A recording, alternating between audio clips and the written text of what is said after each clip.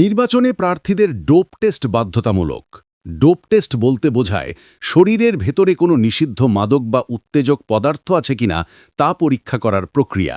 এটি মূলত ক্রীড়া, কর্মক্ষেত্র, আইনশৃঙ্খলা বাহিনী ও চাকরি নিয়োগে ব্যবহার করা হয়।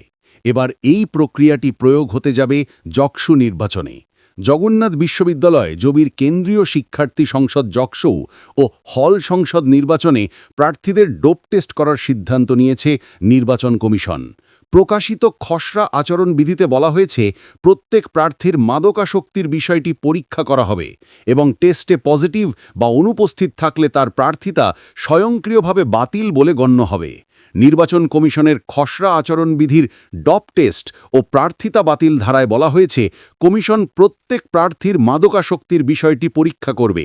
কোনো প্রার্থীর ক্ষেত্রে মাদকাসক্তি প্রমাণিত হলে বা তিনি ডোপ টেস্টে অনুপস্থিত থাকলে তার প্রার্থিতা বাতিল বলে গণ্য হবে।